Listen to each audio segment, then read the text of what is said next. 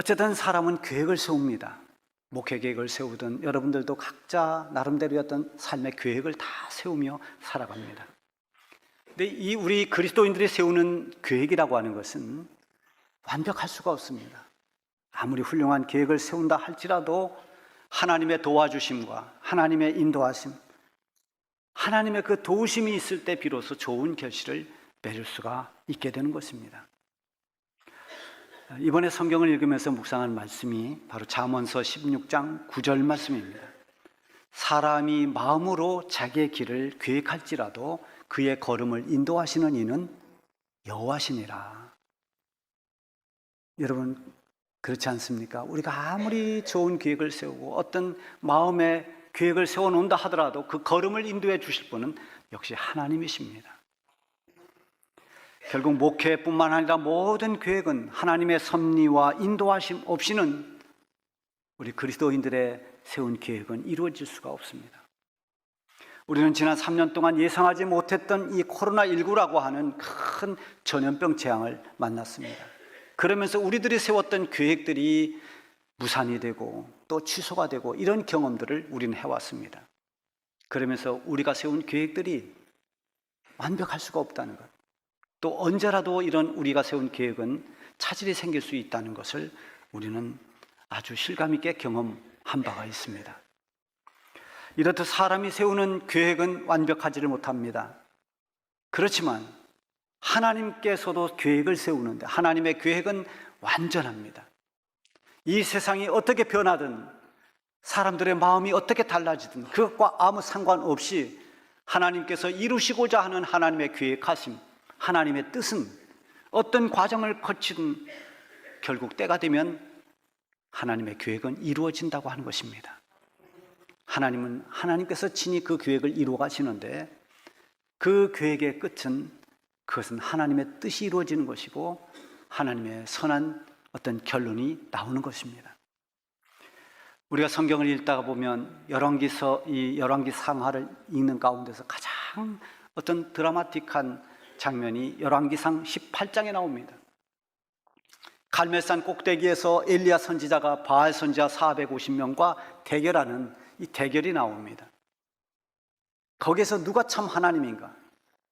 그 갈멜산 꼭대기에 쌓아놓은 제단에 불로 응답하는 신이 참 하나님이다. 그래서 대결을 하죠. 바알 선지자 수백 명이 같이 목소리를 크게 내면서 부르짖어도 바알 신은 대답이 없습니다. 자기들의 몸을 찢으며 상하며 그렇게 몸부림을 쳐봐도 응답 없는 바알 신입니다. 그때 엘리야가 하나님 앞에 기도할 때 하나님께서 불의 응답을 주셨습니다. 제단의 모든 것을 불로 태우고 역시 하나님만이 응답하시는 하나님이요 살아계신 하나님이심을 만천하에 드러낸 이 승리의 사건, 그 수많은 바알 선지자들 앞에서 엘리야는 하나님의 영광을 드러냈고 대적하는 그 대적들을 다 이기는 대승리를 거둡니다. 그것뿐만이 아니라 그가 엎드려 기도할 때 3년 6개월 동안 하늘이 막혔던 이 가뭄의 재앙이 끝이 나고 하나님이 응답해 주시는 응답의 소낙비가 쏟아졌습니다. 아합 왕은 자기 마차를 타고 그 비를 피해서 궁으로 달려갈 때 엘리야는 그 앞에서 힘차게 달려갔습니다.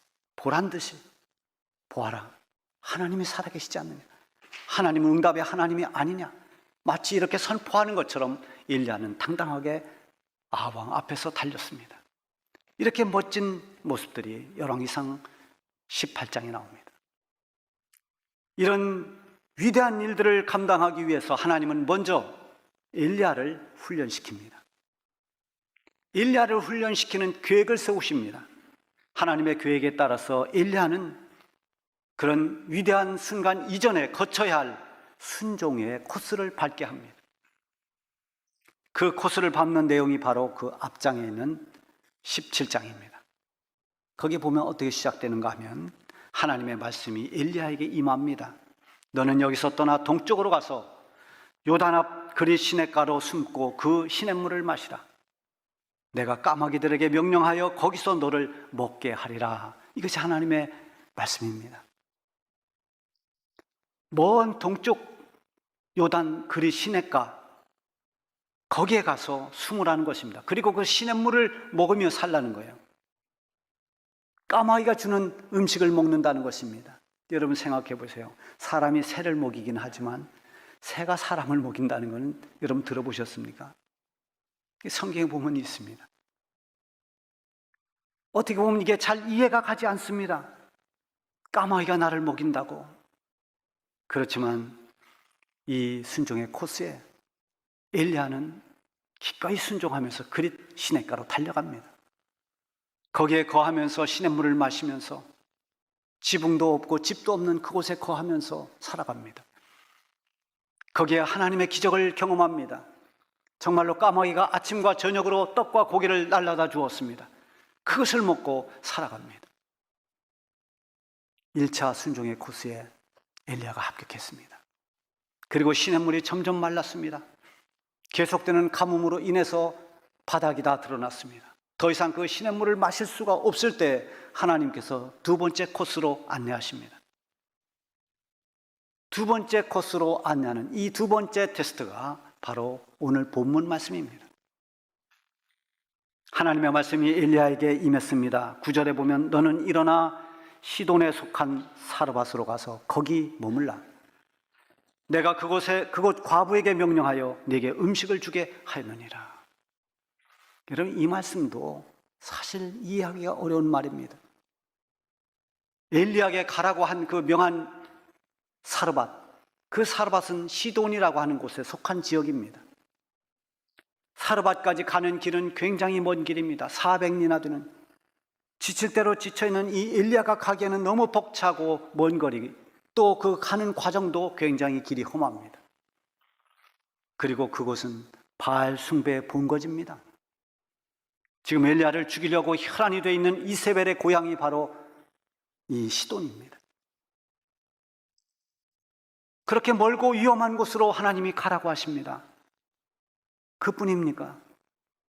가뭄으로 고통받고 있는 그때, 먹을 것이 부족한 때 이방인 과부에게로 가서 거기서 음식을 먹으라는 것입니다. 왜 하필이면 사르밧의 과부에게로 가라고 하시는지 지금은 알 길이 없습니다. 사람의 상식이나 어떤 걸 동원해봐도 이해할 수가 없습니다. 하나님께서 하시는 일은 우리가 다 해석하지 못합니다. 때로는 우리의 생각과 판단으로 알 수 없는 것들도 참 많습니다.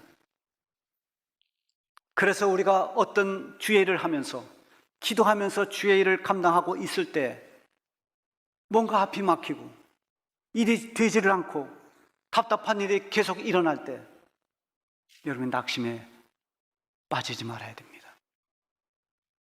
비록 지금 막혔어도 하나님의 섭리가 이루어지고 있다는 것을 눈치채야 됩니다. 내가 여전히 기도하면서 하나님의 말씀과 뜻을 따라 살고 싶은데 일이 왜 이렇게 오히려 꼬이는 걸까? 왜 이렇게 막히는 것일까?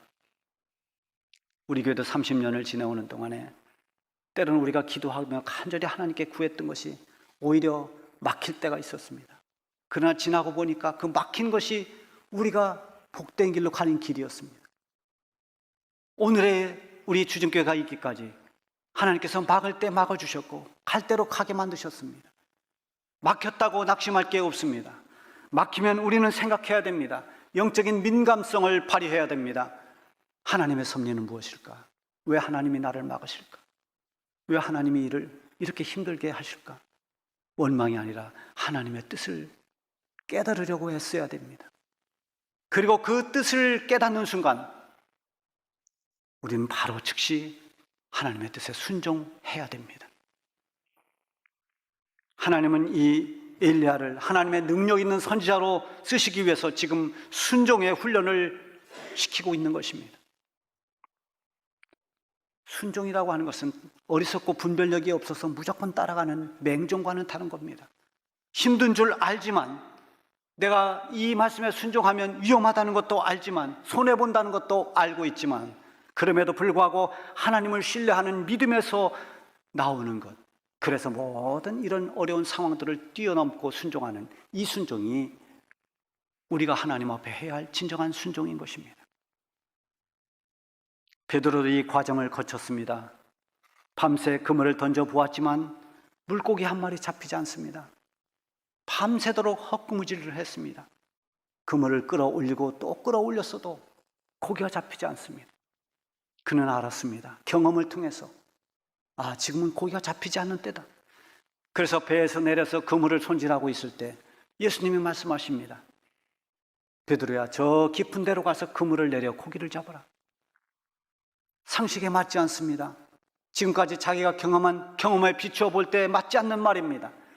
그럼에도 불구하고 베드로는 주님 말씀에 의지해서 제가 가겠습니다. 그물을 내렸더니 엄청난 고기가 잡혔습니다. 그 순종의 결과 고기가 그렇게 많이 잡혔다는 것보다 더 중요한 것은 그것을 통해서 베드로는 예수님의 제자가 되는 길을 가게 됩니다. 아브라함도 마찬가지입니다. 아브라함도 이 순종의 과정을 거쳤습니다. 사랑하는 독자를 모리아산에 가서 바치라 하나님 말씀하십니다. 너무나 가혹한 말씀입니다. 어떻게 사랑하는 하나밖에 없는 아들을 제물로 바쳐야 되는가? 아브라함은 그러나 하나님을 신뢰했습니다. 그래서 아침 일찍 일어나서 짐을 꾸려서 순종의 길을 떠납니다. 순종하기로 결단했을 때 얼마나 두려웠겠습니까? 얼마나 떨리고 아프고 힘들었을까요? 그러나 아브라함은 순종합니다. 아들이 묻습니다. 아버지, 땔감도 있고 불도 있고 다 있는데 제물은 어디 있습니까? 자기가 제물인 줄 모르고 물어보는 그 아들, 그 앞에서 아버지가 얼마나 그 마음이 무너지겠습니까? 아버지는 대답합니다. 하나님께서 친히 준비해 주실 것이란다. 아브라함의 믿음은 그대로 이루어졌습니다. 아브라함이 그렇게 순종한 결과는 아들과 함께 기쁨으로 다시 돌아오는 것이었고, 아브라함이 믿음의 초상이 되는 것이었습니다. 지금 엘리야가 수많은 바알 선지자들과 맞서야 되는 그 엄청난 일을 해낼 수 있는 선지자가 되기 이전에 말도 되지 않는 듯한 그런 하나님 말씀에 엘리야가 과연 순종할 수 있는가? 하나님 명령하신 그 말씀에 아멘하고 따를 수 있는가?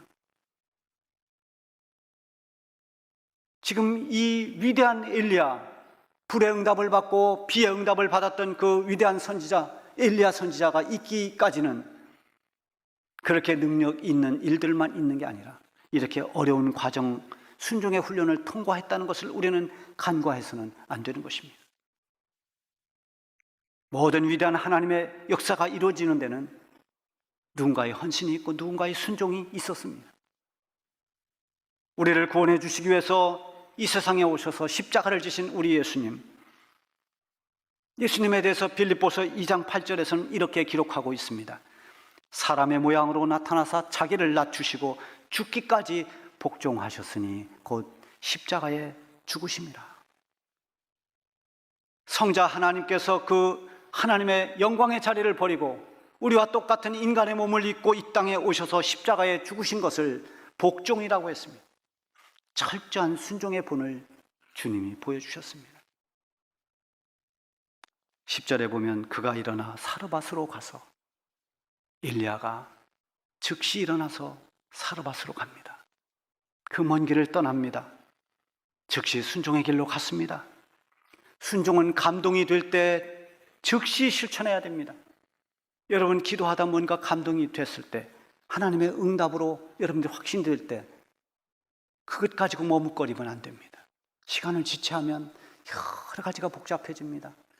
내가 처한 여러 가지 형편, 주변에 둘러싸여져 있는 여러 가지 상황, 이런 것들이 점점 올무가 돼서 순종하려고 결단했던 그 뜨거운 마음이 사라지고 점점 성령이 주었던 마음은 식어지고 여러 가지 환경과 여건으로 인해서 순종을 포기하게 됩니다.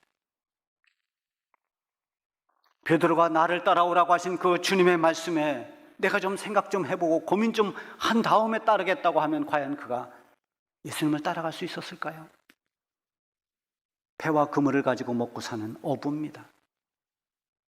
그런 그가 예수님 따라오라는 말씀에 배와 그물을 버리고 곧 예수님을 따라갔습니다. 그렇게 결단하며 따라갔기에 그가 예수님의 제자가 된 것입니다. 엘리야가 지체하지 않고 사르밧으로 간 것은 오직 순종의 모습을 보여주고 있는 것입니다. 사르밧으로 가면 거기에 성공하거나 좋고 신나는 일이 기다리고 있는 게 아닙니다. 오히려 거기에는 극심한 고난이 기다리고 있습니다. 그런 것과 상관이 없이 우선 하나님 말씀하신 그 말씀에 순종하기 위해서 그럼에도 불구하고 엘리야는 그 길을 떠난 것입니다. 비록 고난이 있어도 순종의 길을 가면 마음은 편안합니다.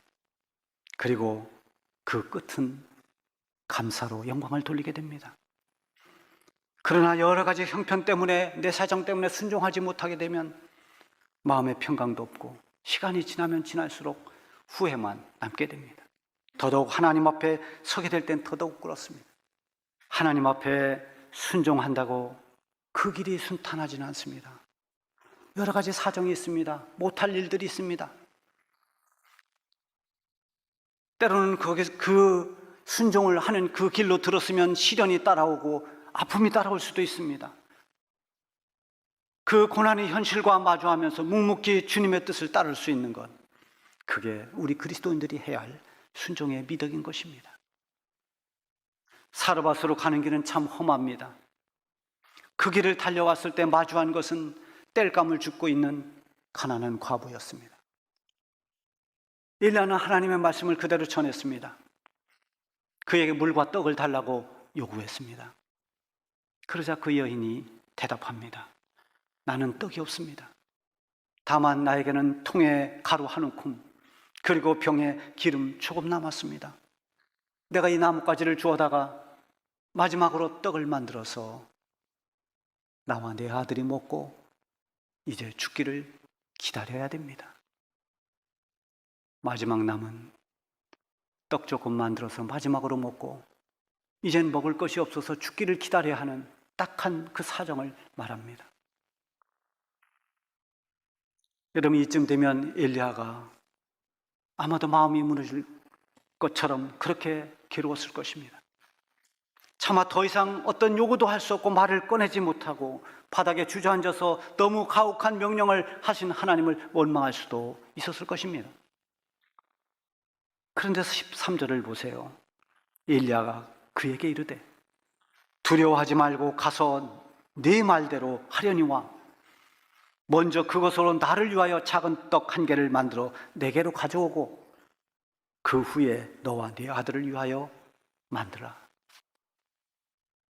여러분, 이 말이 이성적으로 이해가 됩니까? 우리 현대 사회는 자기는 의로운 삶을 살지 못하면서도 의로움을 외치는 사람들은 굉장히 많습니다. 남을 비판하고 정죄하는 일은 얼마나 잘하는지 모릅니다. 만약에 이런 일이 지금 사회에 있었다면, 이런 일이 만약에 어떤 기사화 됐다면 얼마나 악평이 거기에 댓글이 달렸을 거예요. 상상을 초월할 것입니다. 설사 그것이 하나님의 명령이라 할지라도 하나님까지도 공격의 대상이 될 것입니다. 그런 하나님은 나는 믿지 않는다. 그게 무슨 하나님이냐? 자기의 도덕적 기준을 가지고 하나님을 정죄하고 엘리야를 정죄했을 것입니다. 엘리야를 훈련시키고 연단하고 있는 하나님의 계획과 하나님의 섭리를 모른다면 그럴 수가 있느냐고 누구나 흥분할 것입니다. 불쌍한 과부의 현실을 보고도 그에게 떡을 요구할 수 있었던 것은 하나님을 온전히 신뢰하고 순종하는 그 믿음이 없이는 불가능한 것입니다. 자기의 양심만 가지고는, 자기의 도덕심만 가지고는 할 수 없는 일입니다. 그야말로 철저히 하나님 말씀에 순종하고 있는 것입니다. 자신이 가지고 있는 도덕적 기준이나 통념적인 사고방식, 어떤 사회적 인식, 이념 다 초월해서, 다 뛰어넘어서 오직 하나님의 뜻하시는 바에 순종할 때에만 가능한 행동입니다. 순종은 오로지 하나님께 맡기고 하나님의 인도하심을 확신하는 데서 나오는 것입니다. 그래서 순종이 하나님 보시기에 굉장히 귀해 보이는 것입니다. 엘리야는 이미 까마귀를 통해서 훈련을 받았습니다. 까마귀가 어떻게 나를 먹이겠는가? 그런데 실제로 까마귀가 음식을 날라다 줬습니다. 기적같이 그리 시냇가에서 까마귀가 날라다 주는 음식을 먹고 살았습니다. 순종의 결과가 어떻다는 것을 엘리야는 이미 경험했습니다. 순종하면 하나님의 역사하심이 어떻다는 것을 이미 엘리야는 1차 코스에서 터득했습니다. 그래서 지금 사르밧 과부를 불쌍하다는 연민으로 대하기보다는 하나님의 말씀이 이루어지는 과정으로 순종을 통해서 이루실 하나님의 그 섭리 안에서 그 여인을 보고 있는 것입니다. 두려워하지 말아라. 내 말한 대로 해봐라. 하나님이 지켜줄 거다. 먼저 떡을 만들어서 나한테 가져오고 그 후에 너희들이 먹어라. 무엇을 먼저 할 것인지, 무엇을 후에 할 것인지를 명확하게 가르쳐 줍니다. 언제나 하나님께 순종하는 것이 우선이 되어야 함을 가르쳐 주고 있습니다. 우리 예수님께서도 말씀해 주셨습니다. 너희는 무엇을 먹을까, 무엇을 마실까, 무엇을 입을까 염려하지 말아라. 예수님이 이렇게 말씀하신 것은 우리가 가장 염려하는 현실이 먹고 사는 것이기 때문입니다. 무엇을 먹을까 마실까 염려하지 마라. 이 모든 것이 너희에게 있어야 할 줄을 너희 아버지께서는 아신다. 너희는 먼저 그의 나라와 그 의를 구하라. 그리하면 이 모든 것을 너희에게 더하여 주시리라. 예수님이 친히 우리에게 들려주신 말씀입니다. 우리는 자꾸만 이것을 잊어버립니다. 먼저 할 것과 나중 할 것을 자꾸만 착각합니다. 혼동합니다. 그래서 내 거부터 해결한 다음에, 내 문제가 해결된 다음에, 내가 안정을 취한 다음에, 내가 이 정도 뭔가가 되면, 여러분, 우리는 그렇게 완벽할 수가 없습니다. 사라와 과부는 먼저 선지자를 먹였습니다. 그리고 후에 자신들이 먹을 것을 만들라는 그 말씀대로 순종했습니다. 그 결과가 어떠했는지 오늘 16절 말씀에 나와 있습니다. 여호와께서 엘리야를 통하여 하신 말씀같이 통에 가루가 떨어지지 아니하고 병에 기름이 없어지지 아니하니라. 아멘. 이건 소설이 아닙니다. 이건 어떤 신화 이야기가 아닙니다. 엘리야 시대에 있었던 그 사실을 말씀으로 기록한 것입니다. 이 말씀을 믿지 못하면 우리는 성경 전체를 믿을 수 없습니다. 하나님을 믿는 우리 성도들에게, 하나님으로부터 구원받은 우리 모든 성도들에게 무엇이 먼저 되어야 하는가? 오늘 이 말씀이 우리에게 이것을 가르쳐 주는 것입니다. 내 사정이 먼저고 하나님이 나중되면 그것은 쉽고 편할 수 있지만 훗날 하나님 앞에 설 때 후회만 남을 것입니다. 사랑하는 성도 여러분, 우리 모든 일에 하나님이 우선순위가 되도록 하십시다. 하나님을 먼저 섬기고 하나님 앞에 먼저 순종하십시오. 그러면 그 순종의 길이 비록 힘들고 어렵다 할지라도 하나님께서 그 결과를 책임져 주실 것입니다. 통에 가루가 떨어지지 않고 병에 기름이 없어지지 않은 것처럼 하나님 앞에 먼저 순종하는 자들에게 하나님이 주시는 은혜와 축복이 마르지 않게 될 것입니다.